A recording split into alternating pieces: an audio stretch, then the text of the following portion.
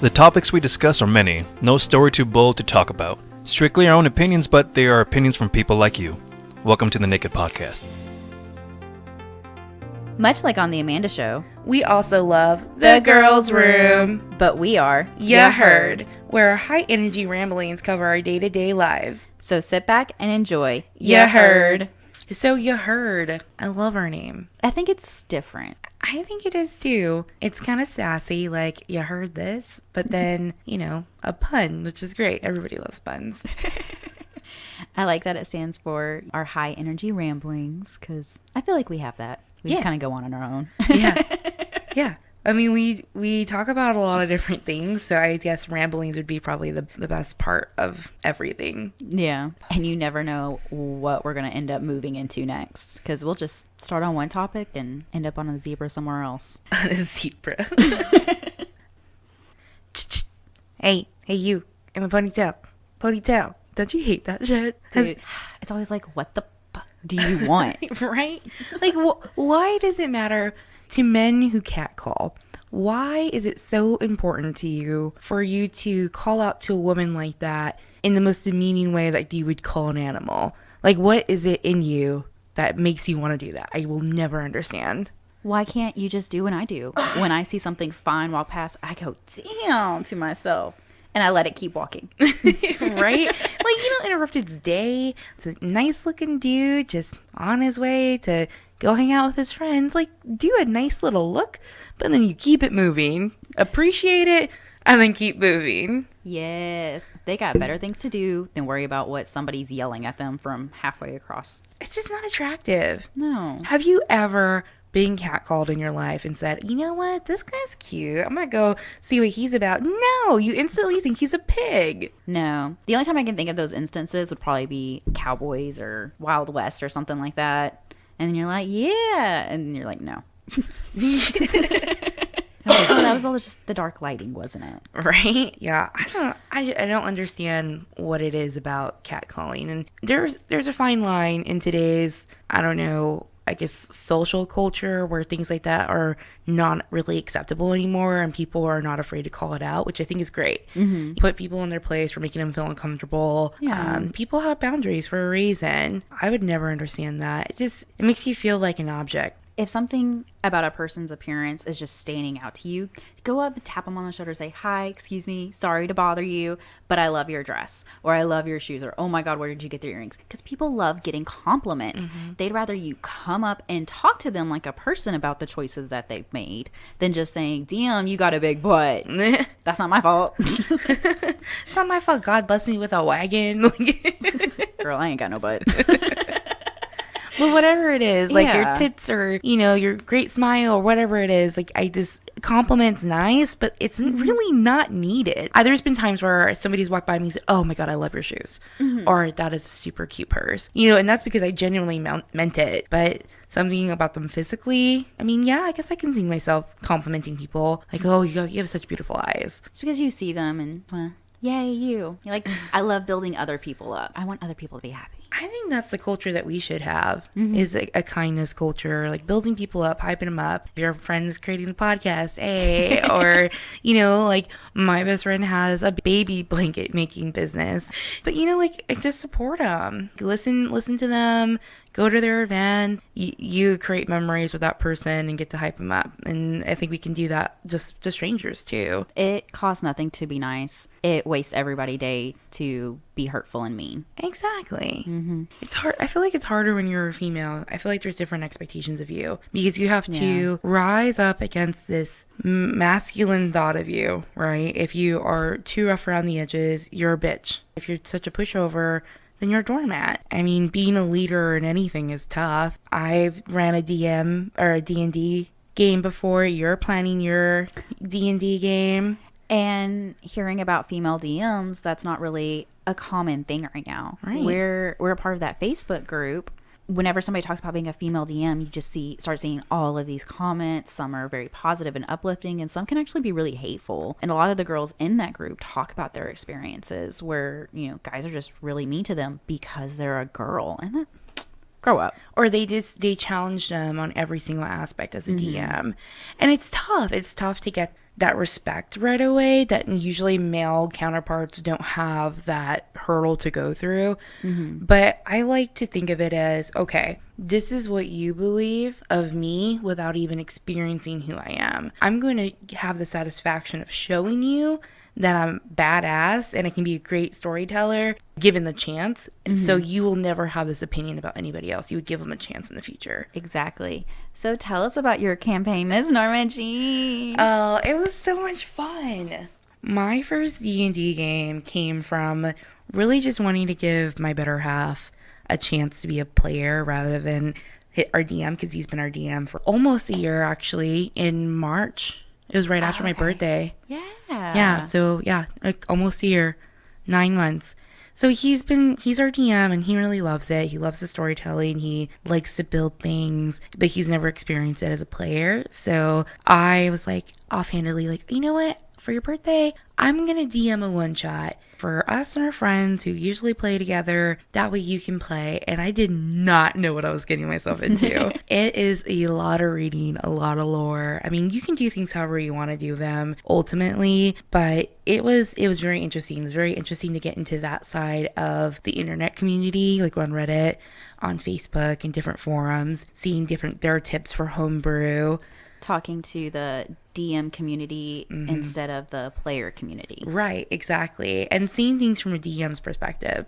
So we were talking about on that Facebook group that we're both on. All things D&D. Yeah, all things D&D. And there's just a lot of questions on there of DMs reaching out and saying, hey, I did this, or I'm getting pushback from my characters, and then some characters or players saying, my DM did this and I don't agree with it. What do you guys think? And I can see both sides arguing against it. But once you start looking at things from a DM perspective, because you are leading a group of people and trying to guide them through a world you created, but what you need to understand is that it's not your story. You're just playing it. It's not your story. You are just narrating it, basically, and seeing what comes through. It's your character story and it's their journey, and you're kind of like the cultivator to make it happen.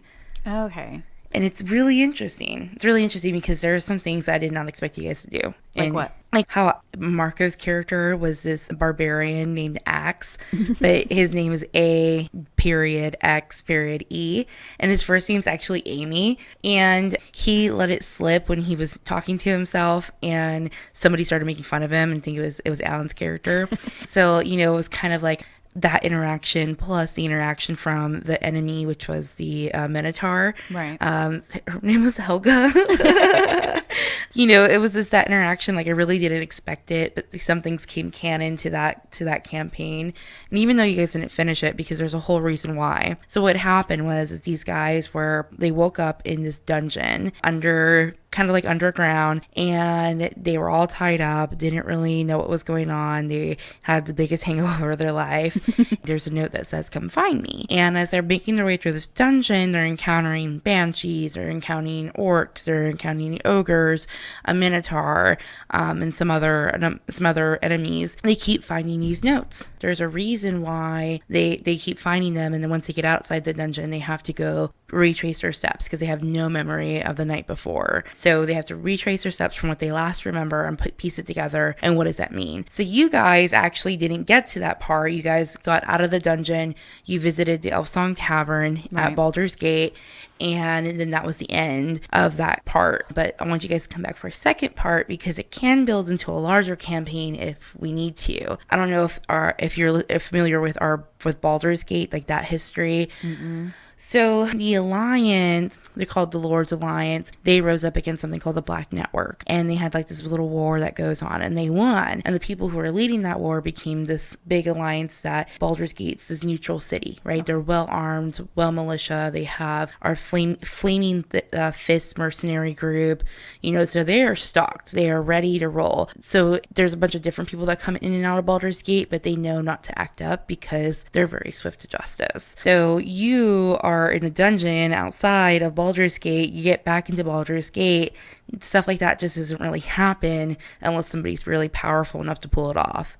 Who is it? And why were you chosen? Somebody's fucking with us and we got to figure it out. Yeah, exactly. Yeah. So, yeah, I mean, it was nerve-wracking to say the least. I mean, Alan's a DM. He's a really good one. You know, he watches a lot. He reads a lot. He's constantly looking for new ideas and different game mechanics to introduce. So I wanted him to have a good time.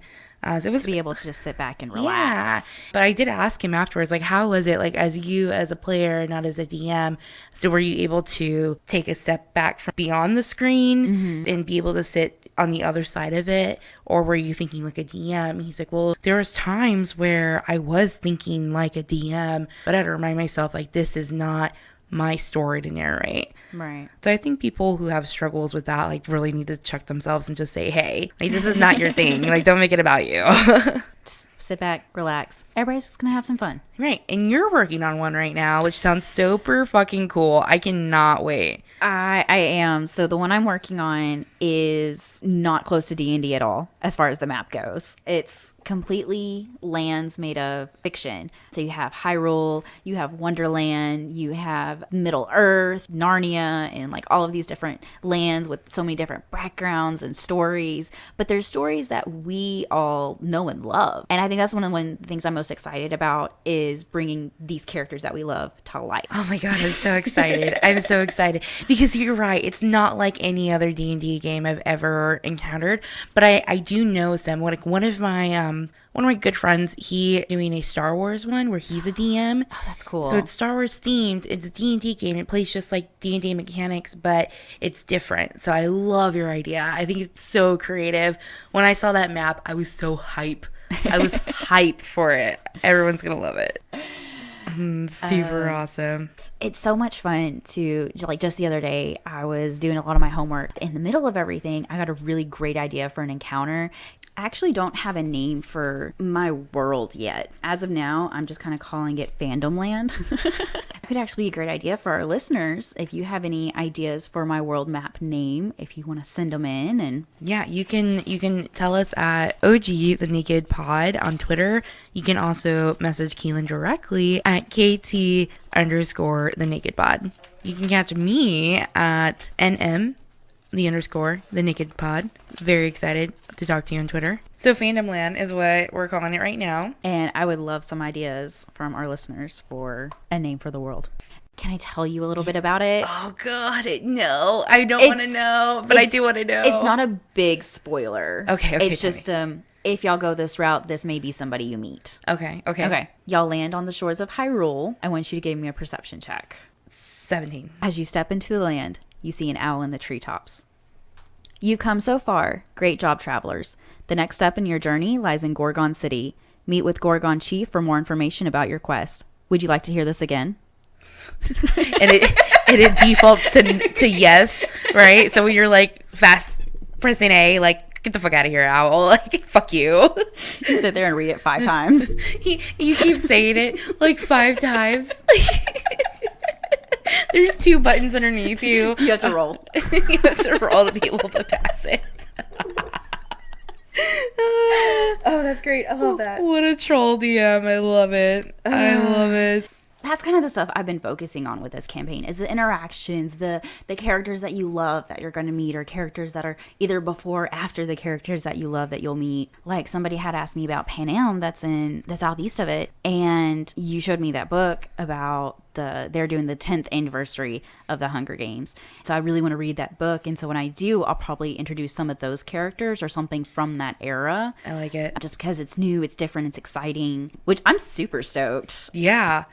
I'm very excited for that to come out. Just like, I love a good story. Both grew up with books. Oh, yeah. From what, I'm literally looking at your book collection right now.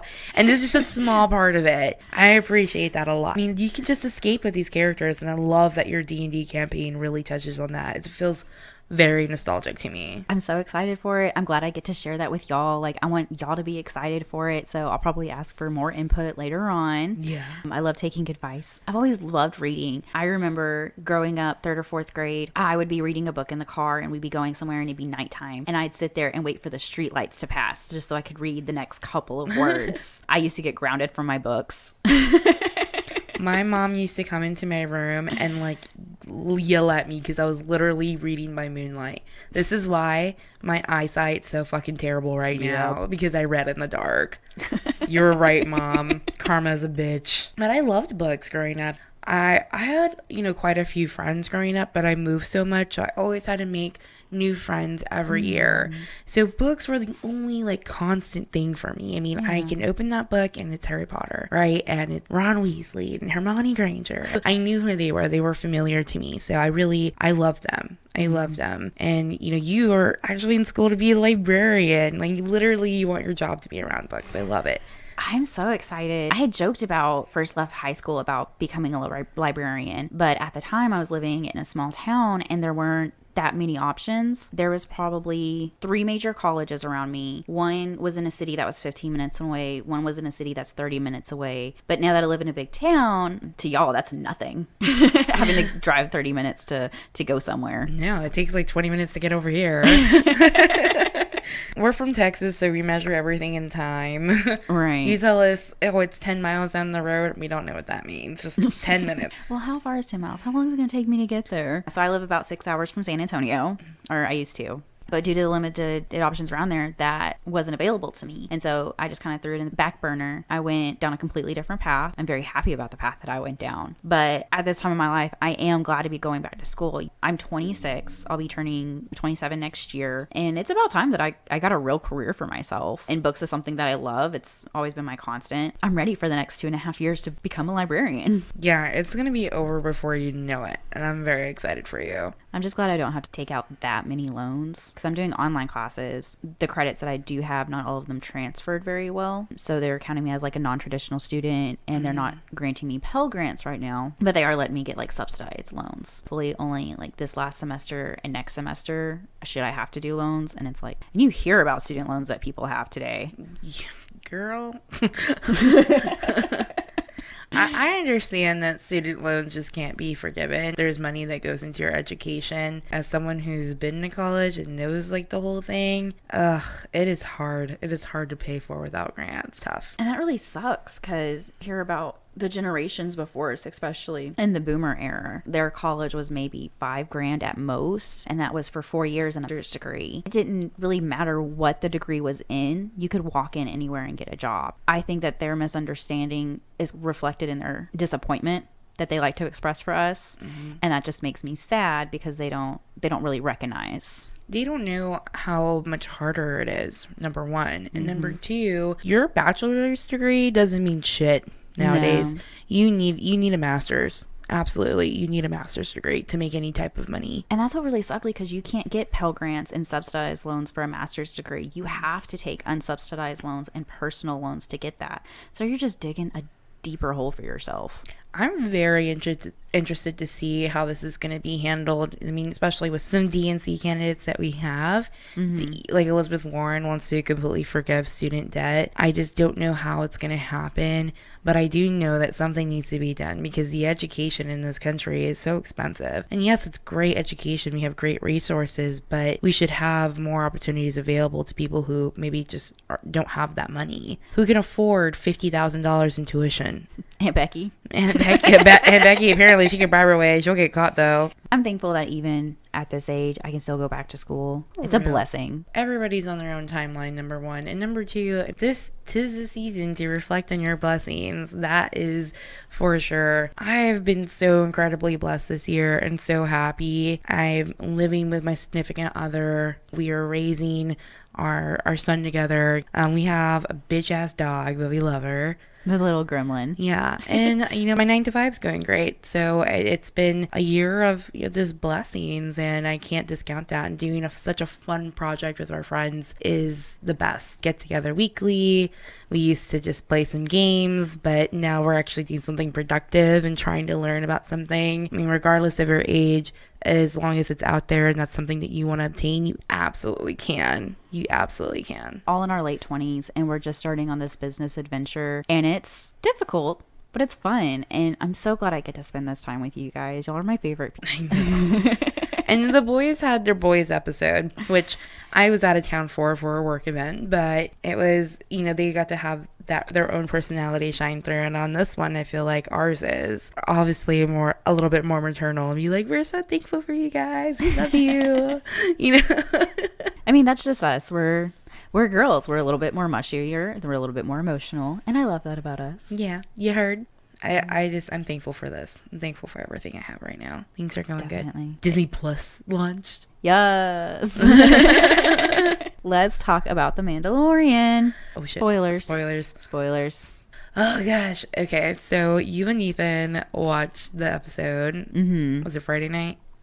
Yeah, we did end up watching it Friday night. So Friday night, yeah, we watched. Oh yeah, before D&D, we were talking about it. It was interesting. So Mondo, the Mandalorian, dropped off Baby Yoda and then went back for him. There were some spoilers ahead. Please be aware if you have not caught up. Don't listen any further, but come back later. So Mondo took Baby Yoda. Yeah, so Mondo took the little Baby Yoda, finally got him back to his client after a very trying quest to get him. He asked, well, what are you going to do with that? And the client was saying, well, that's super uncharacteristic of you. You've already took the commission and the payment, blah, blah, blah, blah. He just had something in him that says, oh, this isn't right. This isn't right. He goes and upgrades his armor. He's looking super flashy. He walks up into the club. Everybody's hating on him. What? And he asks for his next job because he wants to get the hell out of there. I think he's still conflicted emotionally. And then he ends up changing his mind last minute and goes back. And whenever he got his armor upgrade, they were talking about giving him a badge or a signal to like signify his honor. Oh, a signet? He turns it down because an enemy helped him. And then you're like, well, why did enemy help you? And then he says, they did not know I was the enemy at the time. And that kind of shows you like what honor he has. Like, okay, even though this is my enemy and I could take it back dead, I'm going to do everything I can to take it back alive because it is just a cute little Baby Yoda. I know, so cute. I love Baby Yoda. But I love Jon Favreau is the one who wrote and produced this. And I don't know if you're familiar with his works, but he did The Chef was a really great movie. That was excellently done. I mean, for him to write this universe, a Star Wars universe, has such high expectations already. But what I love about this writing and the acting is the actor who plays Mondo, Pedro Pascal. Mm-hmm. He wears a helmet the whole time. He does not show facial expressions. He doesn't give you that body language you need to understand how he's feeling. So you have to pay attention to his wording and how his body language is. Like, you know? I was gonna say, yeah, I think it's more the body language because even the tone of his voice is pretty much monotone. Yeah. Like he doesn't really inflect. He doesn't inquire a lot. He doesn't say a lot. I think, yeah, more through the body language. I miss that thing. But yeah, no, that's pretty great acting. And I'm just interested to know more about the Mandalorian culture because at the end, you know, when he was faced off with all those bounty hunters, they helped him. They have the saying, this is the way. This is the way. This is the way. And it's really catchy, but they have each other's back. They obviously went through something traumatic. He had flashbacks while his armor was being forged of when he was little, which was like his parents running away and putting him in the shelter. I don't know. And then what kind of fucking species is Yoda? Because we have no idea what to call Baby Yoda, so we just call it Baby Yoda. Yeah, and where are they going? Like, where can he go with him? Oh, yeah. Like, his kind hasn't been seen in quite a few years. I'm honestly really glad that the Mandalorians all came to his rescue. This is the way, but it shows that, like, oh, hey, you're not helping the enemy, you're helping. And they were actually able to come out of hiding because they... Right. Well, also, the Empire is the one who drove them out of their homes anyway. So if these people are trying to help the Empire in any way, they would probably try to do their best to defend it again. Yeah. Like, you got us the first time, motherfuckers. You're not gonna get us this time. We'll see what they do in the 4th episode on Friday. Oh my god, I'm so excited. I can't wait. Well, let us know what you guys think. Shout us out on Twitter at OG_the Naked Pod. At KT_the Naked Pod. Or at NM_the Naked Pod. We love to hear from you. Well, you heard it here. We hope you enjoyed it. Visit our Patreon at www.officialmillennials.com to support us for only $1 a month. Find us every Friday at 9 a.m. Central. We release bonus episodes through the week, and you can find out when they're dropping by keeping up with our Twitter at OG_the NAKE'd Pod. Bye. Bye, guys. Thanks for listening.